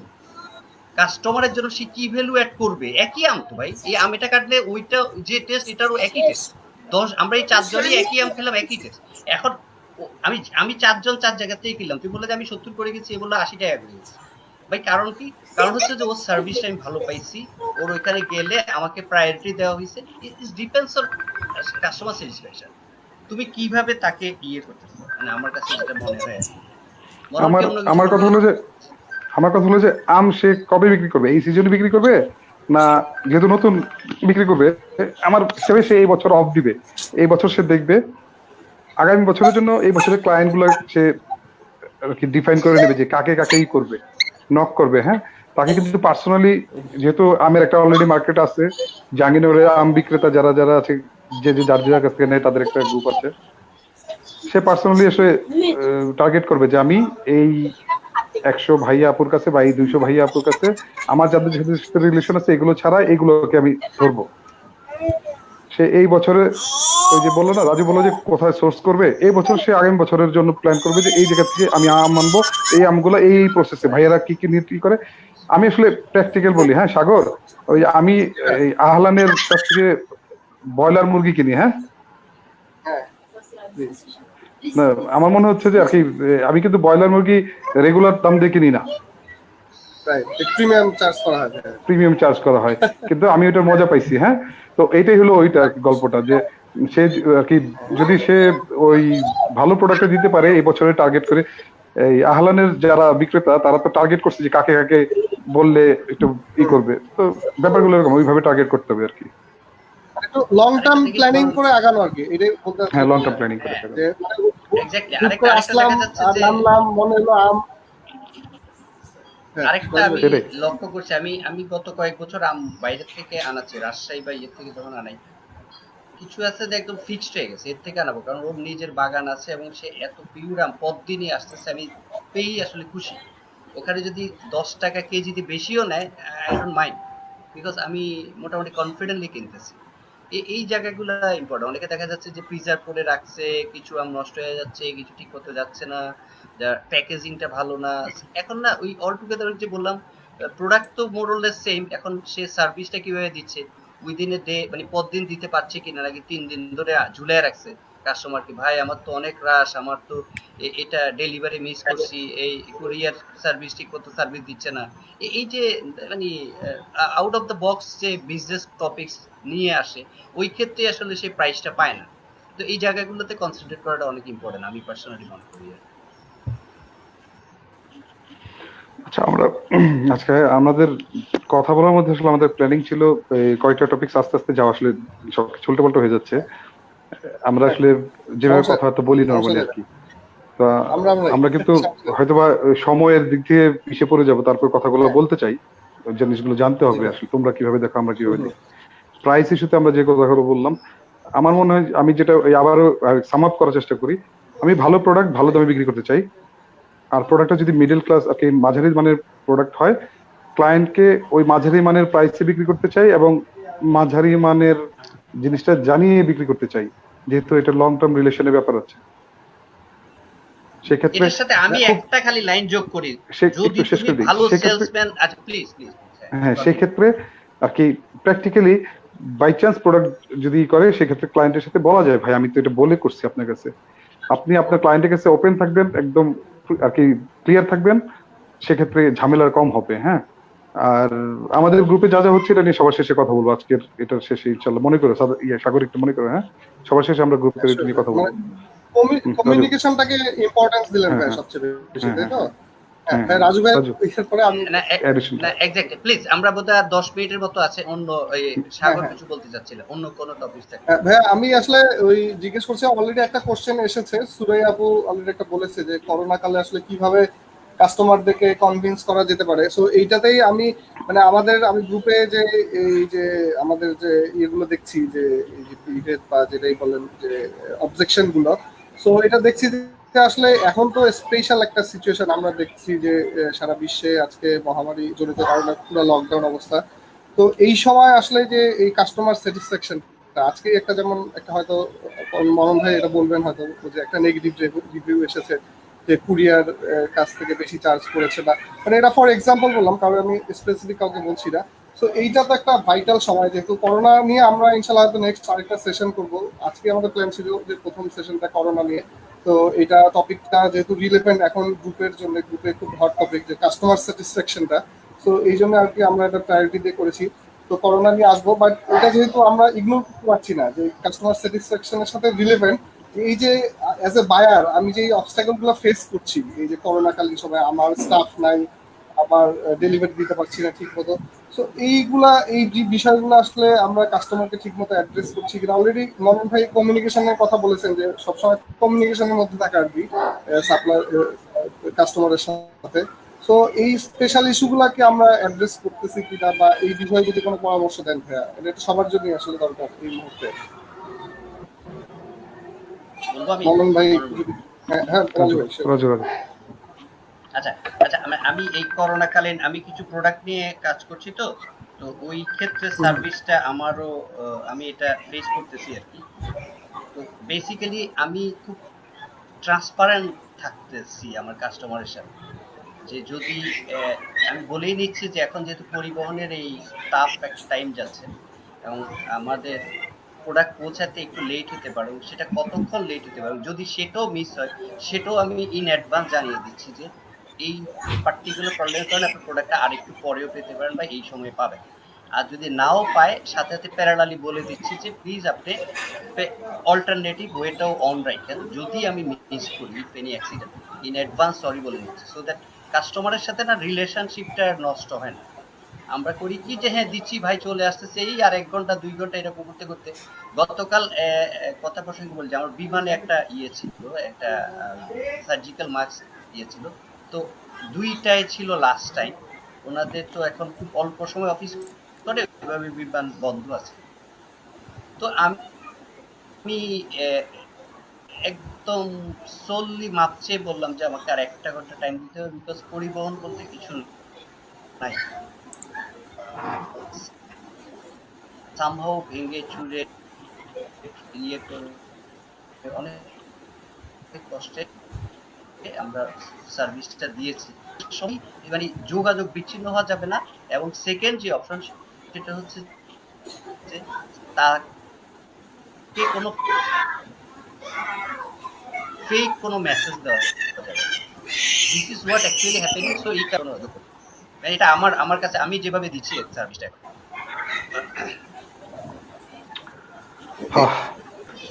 মনন ভাই আমি কিছু বলেন। করোনা বলছেন কমিউনিকেশনের বিষয়টা উঠে আসছে আসলে। শুরু হওয়ার আগেই সবাই আলোচনা 18 তারিখে মার্চ মাসের আলহামদুলিল্লাহ মার্চ মাসের স্যালারিটা 18 তারিখে দিয়ে অফ করে দিছি অফিস, যে সবাই চলে যাও দেখা যাক কি হয়।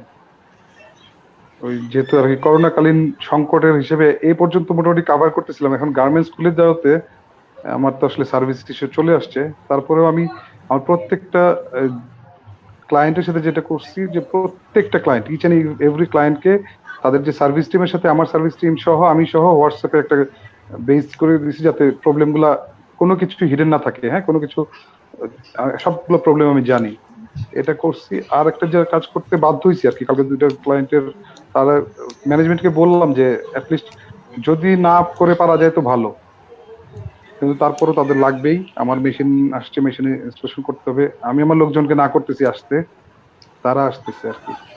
তারা জানে যে আসলে এই ক্লায়েন্টের প্রতি ডেডিকেশনটা আমাদের কোম্পানির কত, এবং ক্লায়েন্টের নিডটা যদি আর কি, এখন ক্লায়েন্টের নিড আসলে এখানে যদি আমি আমাকে সরিয়ে নেই, আসলে ওইভাবে সরিয়ে নেওয়া যাবে না। তো আল্লাহর রহমতের যতটুকু সেফটি নেওয়া যায় আল্লাহ তাদেরকে ঝামেলা থেকে রাখুক। আমার লোকজনগুলা সার্ভিসের জন্য আসতেছে আর কি। তারা এই সিচুয়েশন, যদি আমি অফিসিয়ালি এখনো অফিস বন্ধ রাখছি, আর যারা কাজ করতেছে এই প্রোডাক্ট গুলো নিয়ে, যারা আমাদেরকে ঘরে থাকার সুযোগ দিচ্ছে, তাদের জন্য আসলে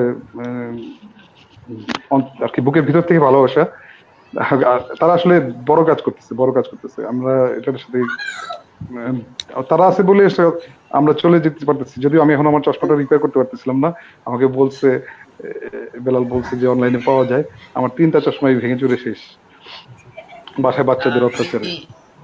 আমি একটা ইয়ে দেখতেছিলাম, নতুন ব্যবসা পরিকল্পনা আনেন সামনে, পুরোপুরি নতুন ধরনের ইকোনমি দাঁড়াবে।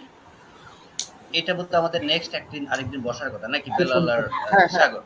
আচ্ছা, এই টপিকসে ছোট্ট করে বলে রাখি ওই টপিকসে আমি বেলাল পার্সোনালি, এটা আসলে তোমাদের বিজনেসের ভাষায় যাবে না। আমি আমার সবসময় বলি একটা কথা, যে আসলে সামনে আমরা যত যাই প্ল্যান করি আর কি, আল্লাহ হলো বেস্ট প্ল্যানার। আল্লাহর যে প্ল্যান, তার প্ল্যানের বাইরে কেউ যেতে পারবে না, আমরা কেউ যেতে পারবো না।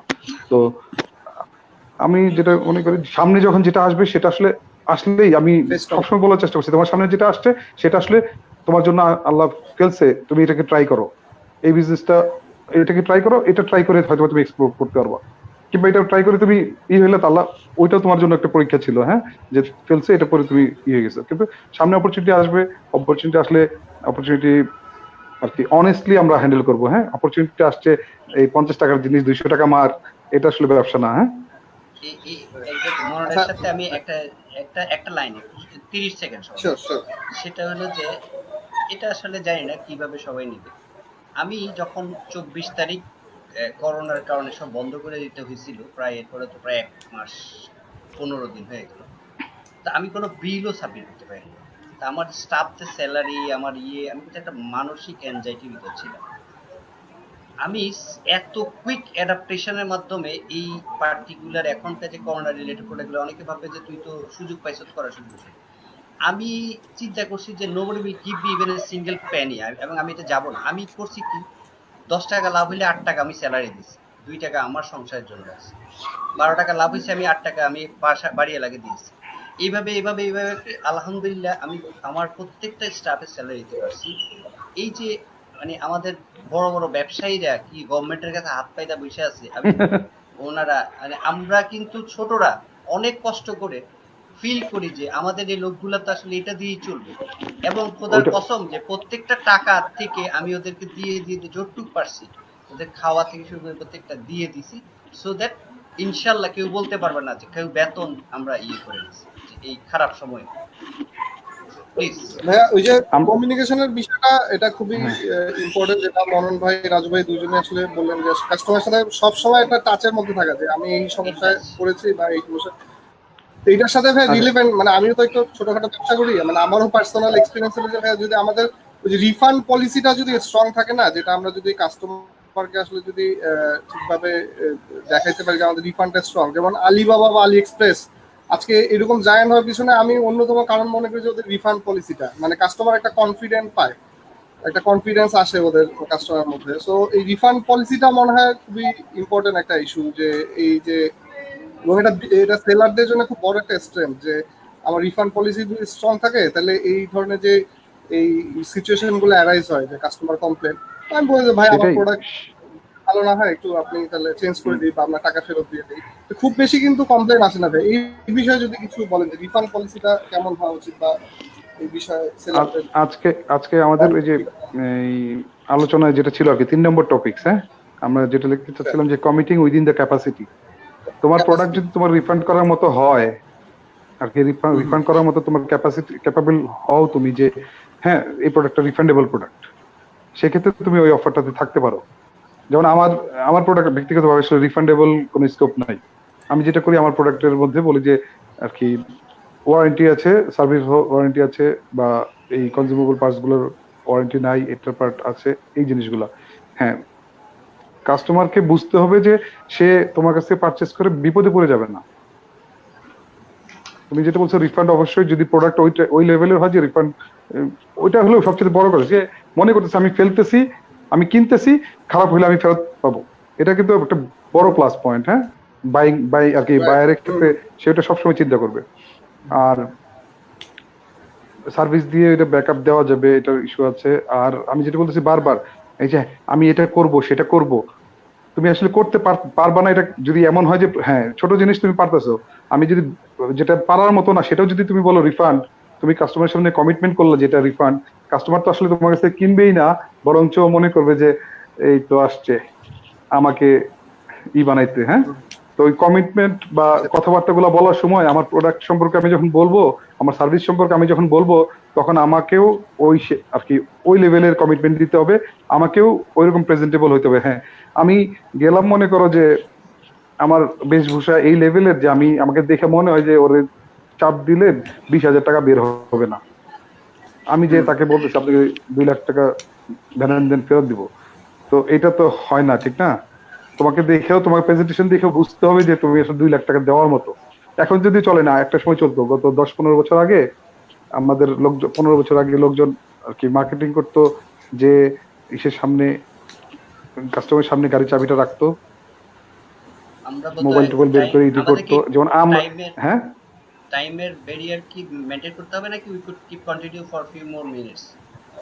আমরা মনে হয় কিছু সময় করতে পারি মনে হয়, যদি আমি টুকটাক করে শেষ করে।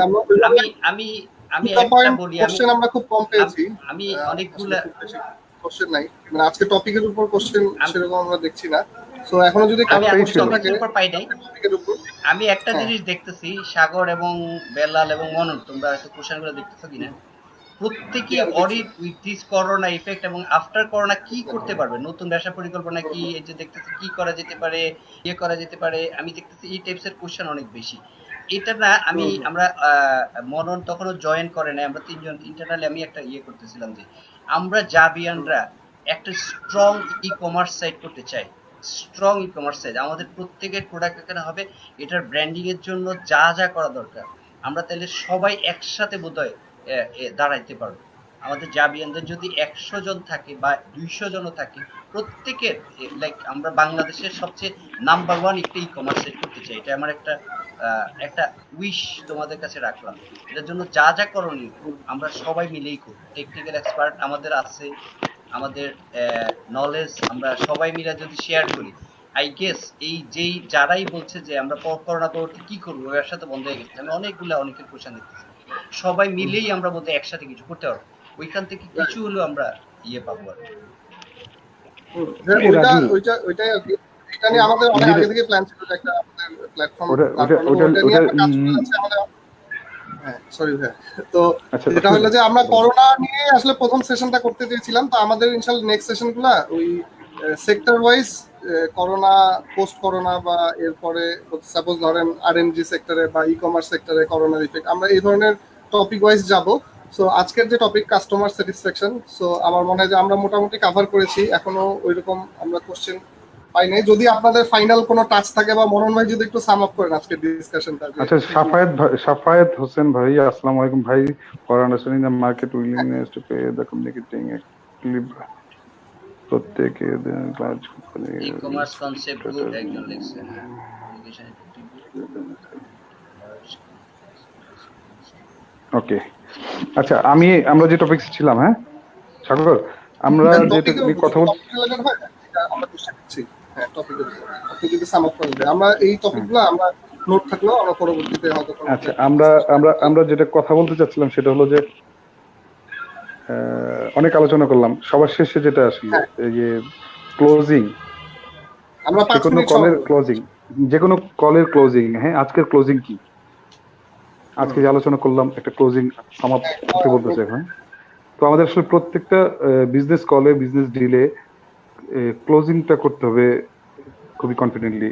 ক্লোজিংটা কেমন, তুমি সব প্রোডাক্টের ডিটেলস বললা, প্রোডাক্টের প্রাইস বললা, প্রাইসে বিট করলা, তারপর সার্ভিস ওয়ারেন্টি বললা, বেনিফিট গুলো বললা, সব ফিচার টিচার সব কিছু বলা হয়েছে। দিন শেষে আর কি, মিটিং শেষে তোমাকে চাইতে হবে অর্ডারটা যদি তুমি না চাও তাহলে আসলে এটা পারফেক্ট কলিং হয় না। যে কোনো কিছুর শেষে ভাইয়া তাহলে এইটা কি আমি পাবো, আমরা কিন্তু এই কথাটা বলি না, কিংবা ভাইয়া এটা কি আমি পাচ্ছি। আরেকটু সহজ ভাষায় বল, একটু মাথার উপর দিয়ে গেল না বুঝলাম। যে কোনো ডিল ক্লোজ করতে হলে শেষে আর কি কাস্টমারকে টোটাল স্যাটিসফাইড হয়েছে কিনা সেটা তোমাকে প্রুভ করে জানতে হবে। প্রুভ করে জানতে হবে যে সে তোমার উপরে স্যাটিসফাইড কিনা, এবং ওই প্রুভ করা কাস্টমারকে এমন একটা স্টেজে নিয়ে যেতে হবে যে আমি তো এই প্রোডাক্টটা চাচ্ছিলাম, বা আমি এই প্রোডাক্টটা কিনতে চাচ্ছি, আমি এই প্রোডাক্টটা পাচ্ছি, এবং প্রোডাক্টটা কেনার পরে কাস্টমার ফিল করবে যে আমি প্রোডাক্টটা কিনে জিতছি। এবং তুমি ফিল করবা, তুমি ফিল করবা যে তুমি প্রোডাক্টটা কিনে বিক্রি করে জিতছো। এটা তো বেসিক কথা আর কি, উইন উইন সিচুয়েশন যে ডিফারেন্ট ইস্যু। কিন্তু আমি বলতেছি যে কোনো কিছুর ক্ষেত্রে চাইতে হবে। আমরা আমাদের বাঙালি সেলসম্যানদের বেসিক হিসাব হলো আমরা ক্লায়েন্টকে সবকিছু বলি না এবং চাই না, সবার শেষে চাই না যে আমার এটা লাগবে ভাই, যার সাথে ভাই বা স্যার আমার এটা লাগবে, আমার এটাই করবে। এটা হলো আমার এই কাস্টমারের টোটাল ইস্যুতে আমার পার্সোনাল কথা হলো যে আমি চাইবো, আমি না চাইলে না কানলে মায়েও দুধ দেয় না, বাংলা কথা আছে না, চাইতে হইব। হ্যাঁ, এটা হলো কথা। আর এই টোটাল আজকের কথা মধ্যে সাম আপ করতেছি, এটা টপিকস এর বাইরে। হ্যাঁ, হুম হুম। আমরা যে জাবিয়ান বলে বিজনেস গ্রুপের মধ্যে কথাবার্তা বলতেছি, এটা সেটা বলতেছি, ইসে আজকের ওই যে টপিকসটাতে একটা নেগেটিভ রিভিউ নিয়ে অনেক কথাবার্তা ছিল। আমি আসলে চাচ্ছিলাম যে সেলার সে জাম্প ইন করবে ওইটাতে, তাড়াতাড়ি ঢুকে কথা বলবে। এটা কিন্তু তার জন্য একটা বড় সুযোগ, যে তার একটা নেগেটিভ রিভিউ আসছে, সে এটা নিয়ে কথা বলবে, সে এটা নিয়ে কথা পেঁচাবে, এটা থেকে ওইটা সেটা সেটা, আর যতক্ষণ কথাবার্তা শুরু হবে এটা নিয়ে, তত তার জন্য লাভ। তবে আমি জানি না সে, আমি ইন দ্য সেম দেখতেছিলাম, টাইম আমি রিকোয়েস্ট না করবো না না, আমাদের এখানে কে দেখা যে লিখতে আমি লিখতে এত বেশি এম্বারেস করে, মানে ওই না না ওই ওই সেলারটা। কথাটাতে যাচ্ছি রাজু, ওই কথাটাতে যাচ্ছি। আমাদের জাহাঙ্গীরনগরের প্রত্যেকটা ভাই বোনের মনে রাখা উচিত যে এটা আমরা আসলে জাহাঙ্গীরনগর এই হৃদয়ের টাচে আর কি, এটা ফিলিংস এর ব্যাপার। এখানে আসলে ব্যবসা, আমি একজনের কাছে একটা জিনিস কিনি, সেখানে কিন্তু আমি চিন্তা করি না যে এটা আর কি কি জিনিস কয়টা দিয়ে কিনতেছি, কে দিচ্ছে না দিচ্ছে, এরকম না। আমি ফিল করি যে আমার জাহাঙ্গীরনগরে আমি ওকে আমি একটু খাবোই, আমি 10 টাকা দিয়ে খাওয়ার জায়গায় 11 টাকা দিয়ে খেলে ও পাইলো, আরেক জায়গায় 2 টাকা বিজনেস করতে ওর না হয় 3 টাকা বিজনেস হইলো। আমরা কিন্তু এই এই পার্সপেক্টিভে জাহাঙ্গীরনগরের এই জায়গাটাতে আমার না একটা ইয়ে আছে, আমি শেষ করি দেখতেছি যে কেউ শেষ কেউ করি এটা রাজু, মিসইউজ শেষ করে। করি। আমাদের এক্সপেকটেশনটা অনেক বেশি থাকে। হ্যাঁ। আমরা যেই বায়ার, যে বাই করব, সে চিন্তা করব যে এক্সপেকটেশন লেভেলটা আসলে এই লেভেলে ধরার কিছু নাই। আর আমরা খুব সহজেই, আপনি চিন্তা করেন, আপনি যখন বাজার থেকে একটা জিনিস কিনতেছেন, আপনি কি পারতেছেন এই ধরেন সে স্বপ্ন থেকে একটা জিনিস নিয়ে আসছেন, আপনি কি যে স্বপ্নতে যে শাউট করতে পারতেছেন প্রত্যেকটা প্রোডাক্টের জন্য? কিংবা মাছ বাজার থেকে একটা মাছ কিনে নিয়ে আসছেন, মাছওয়ালার সাথে শাউট করতে পারতেছেন? কিংবা আর কি আপনি কিন্তু আপনার প্রত্যেকটা সেলারে করতে পারতেছেন না, কিন্তু এখানে এসে আমরা যা তা বলা শুরু করে ফেলি। জাহাঙ্গীরনগরের হ্যাঁ, আমি কিছুদিন আগে একটা দেখেছি আর কি, এক ভাই, ছোট ভাই আরেক বড় ভাইকে লিখছে যে আপনি অনেক ফালাইছেন। তো খুবই কষ্ট পাইছি, আমি চিনি না, দুজনে একজনকেও চিনি না, কিন্তু আমি খুব কষ্ট পাইছি। আমাদের প্রত্যেকের উচিত জাহাঙ্গীরনগরের এই গ্রুপের মধ্যে কথাবার্তা বলার সময় এটুক ফিল করা যে এটুক বের করে আসে যে আমি কার সাথে কথা বলতেছি, যদি জানা যায় আর কি, জানার চেষ্টা করে যে আমি সিনিয়র, মাথায় রাখতে হবে যে আমি একটা সিনিয়র কারোর সাথে কথাবার্তা বলতেছি। আমরা যাতে সিনিয়র হোক জুনিয়র হোক যার সাথেই কথা বলি, তাকে তার সম্মানের জায়গাটা ঠিক রেখে কথা বলি। এইখানে অনেক উল্টো পাল্টা, এই ধান্দা করতে আসছে, হ্যান করতে আসছে, তেন করতে আসছে। জানি না ভাই, তোমাদের জেনারেশনে হয়তো একরকম কথাবার্তা, আমরা বলি না আর কি। হ্যাঁ, আমরা আমাদের বড়দের সাথেও যেভাবে চলি, ছোটদের সাথে সেভাবে চলছি। আমরা আমাদের জেনারেশনে ওইভাবে কথা বলি। তোমরা দেখবা আমাদের সমসাময়িক কোনো ভাইরা এইভাবে অ্যাড্রেস করে না কাউকে। এই কথা সত্য যে সব ব্যাচে আর সব বয়সে এই জায়গাটা মননকে একটু আটকাই, এই প্রত্যেকটা জেনারেশন বলবে যে আগের জেনারেশন ভালো ছিল। আমি এই জায়গাটা না না, ভালো খারাপের জেনারেশনে ভালো খারাপের কথা বলতেছি না। আমরা বলতে চাচ্ছি যে আমরা জাহাঙ্গীরনগর বিশ্ববিদ্যালয়ের ছাত্র, আমরা একটা আর কি কত বড় একটা জায়গা থেকে আসছি। আমাদের প্রত্যেকের উচিত যে ওই জায়গাটাকে, ওই রেসপেক্টটা একজন একজনের সাথে রাখা, এটা খুবই ভালোভাবে রাখা। আর সাগর, বেলাল সহ সবাইকে মানে অ্যাপ্রিশিয়েট করি যে এটলিস্ট আমাদের জাভিয়ান কার্নিভালের একটা ইনিশিয়েটিভ কিন্তু নেওয়া হয়েছে। আর এটাকে আসলে এই লিস্ট অনেক লম্বা, এই লিস্ট অনেক লম্বা, অনেকের নাম আসবে, অনেকের নাম আসবে যারাই নিচ্ছে। আমি সবাইকে, আমি জানি না, সবাইকে ধন্যবাদ দিচ্ছি। মোস্ট ইম্পর্টেন্ট হচ্ছে দেখে এখন এটাকে একটু আসলে অর্গানাইজ ওয়েতে আর একটু ফ্রুটফুল করা, এখান থেকে যেন সবাই বেনিফিট নিতে পারে। এবং যাদের এই ওয়াজের মধ্যে হুজুর এই জন্য কইছিল যে নো খাইলে কেউ আছে কিনা, আমি কথাটা ক্লোজ করতে দিলাম, পারলাম না। প্লিজ হুজুর, যাক, আমরা আমাদের ওই জায়গাটাতে হাত দেই। আর একটু রিকোয়েস্ট করবো জেবিএন এর লোকজনকে, ভাই ব্রাদার, ভাই বোন যারা আছো, একটু মনিটর করো, একই অ্যাড বারবার আসার দরকার নাই, ওইটাকে একটু কন্ট্রোল করো।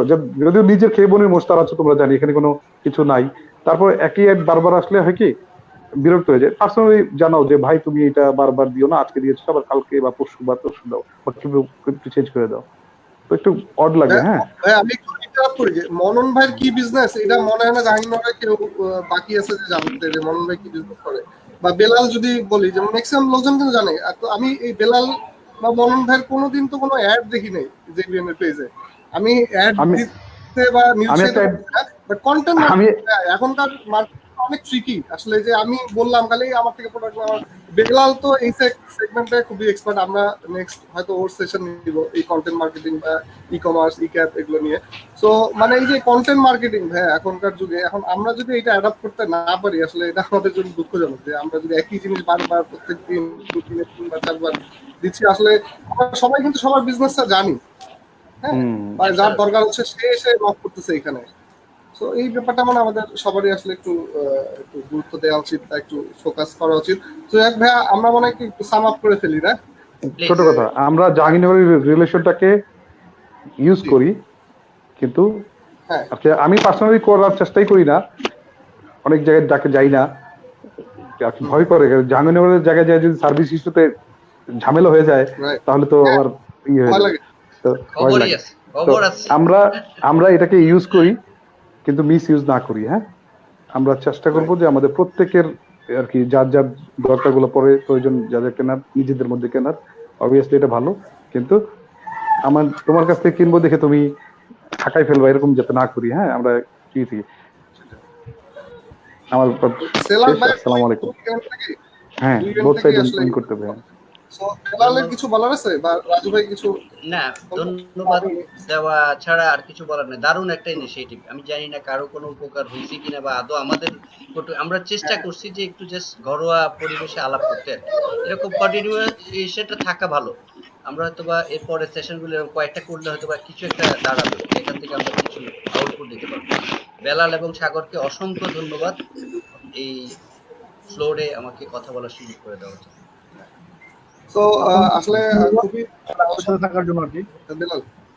হ্যাঁ, হ্যাঁ আর হচ্ছে আমরা আশা করছি রেগুলার আমরা এই সেশনগুলো করবো কি কন্টিনিউয়াসলি। আমাদের যারা যারা এই ইন্ডাস্ট্রিতে বা বিভিন্ন সেক্টরে সাকসেসফুল পার্সন আছে তাদেরকে তো আমরা মানে যেহেতু আমাদের ভাই ব্রাদারই সব, তো আমরা কিন্তু ইজি অ্যাক্সেস। আমাদের যদি তারা এভাবে মনন ভাইয়া রাজু ভাইয়ের মতো যদি সময় দেয় তাহলে কিন্তু অনেকেই কিন্তু নতুন যারা তারা অনেক বেনিফিটেড হবে। ইভেন যারা অনেকদিন ব্যবসা করছে তারাও অনেক ট্রিক্স, যেমন আমি আজকে অনেক কিছু আজকে শিখলাম, অনেকগুলো পয়েন্ট আমি নোট করছি যেগুলো আমি আজকে নতুন জানলাম, যেগুলো হয়তো আমি নিজে আমার বিজনেসে অ্যাপ্লাই করবো।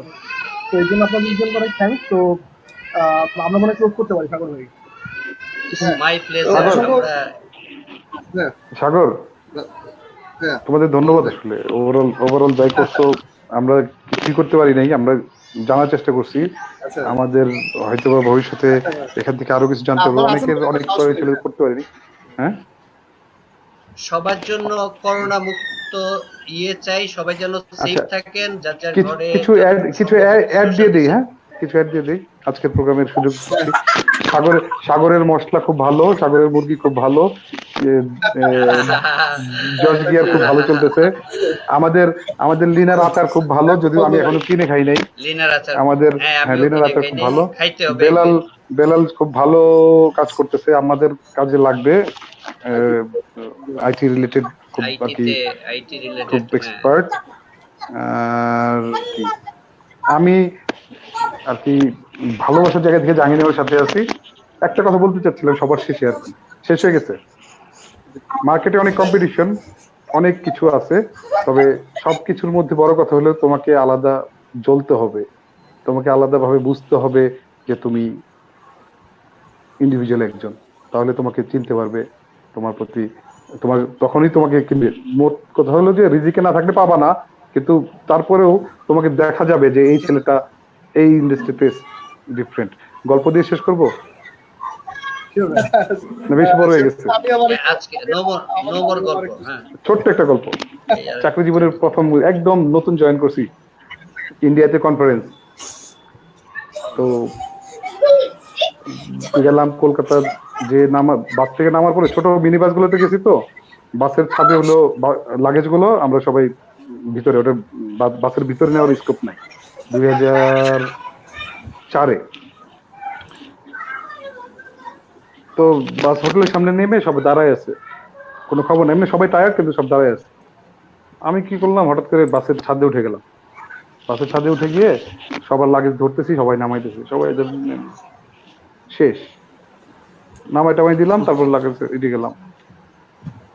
ওই বছর ছিল একদম ফ্রেশ, জয়েন করছি মাত্র।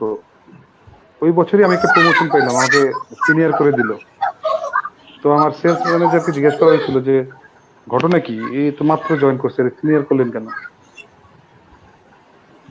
বললো যে ও জয়েন করছে ঠিক আছে, সিনিয়র হইতে 2 বছর লাগে ঠিক আছে, কিন্তু আমার তো লিডার বাঁচতে 2 বছর লাগার দরকার নাই, ও তো লিডার। তো কেমনে? আপনি তো সরাসরি ইন্টারাকশন না, আপনি কিভাবে জানেন? ও থাকে চিটাগাং, আপনি ঢাকাতে। বলে যে জয়েন করার 10 দিনের মাথায় যে ইসে গেছিল, কনফারেন্সে গেছিল, আমরা তো সবাই দাঁড়ায় রইলাম, কে আসবে কে কি করবে না করবে সব দাঁড়ায় আছি। একটা ছেলের দেখলাম লাফ দিয়ে উঠে সবার ব্যাগ নামাইতেছে। আমি তখন কি চিন্তা করছি আমার ব্যাগ নামায় প্রমোশন হইব? মাশাআল্লাহ। সেটা হলো যে যে কোনো কিছুই আসলে আলাদা হইতে হবে, আলাদা দেখা যেতে হবে। সফল তারা ধীরের মধ্যেই আলাদা যারা, আমার বসের কথা আর কি।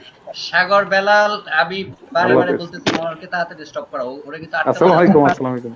আমি আমি আমি কিন্তু আমি আমি কিন্তু আমি কিন্তু চাইনিজ চা খাচ্ছি রাজু, অন্য কিছু না। হ্যাঁ, আল্লাহ আল্লাহ তো থ্যাংক ইউ মনন ভাই। আল্লাহ আল্লাহ দেওয়া পানি বেলাল- খাচ্ছে। বেলাল সবাই ভালো থাকুক, অসংখ্য আল্লাহ ধন্যবাদ এবং সবাইকে যারা সবাইকে আজকে- ই করতে সুযোগ দিন। যারা সাগর আজকে record আমাদের করো। সাথে ছিলেন, কমেন্ট করেছেন, আমাদের ফিডব্যাক দিয়েছেন, কোশ্চেন করেছেন, সবাইকে ধন্যবাদ। আমরা ইনশাল্লাহ রেগুলার এই সেশনটা কন্টিনিউ করার চেষ্টা করবো ইনশাল্লাহ। আপনারা আমাদের সাথেই থাকবেন ইনশাল্লাহ। আর আমরা খুব শীঘ্রই হয়তো এটার আজকে সাম আপটা আপনাদের গ্রুপে দিয়ে দিব। সো দেখা হবে শীঘ্রই। আমাদের সাথে থাকার জন্য ধন্যবাদ। আসসালামু আলাইকুম। আসসালামু আলাইকুম। Stay home, stay safe. আল্লাহ হাফেজ। আসসালামু আলাইকুম। আসসালামু আলাইকুম।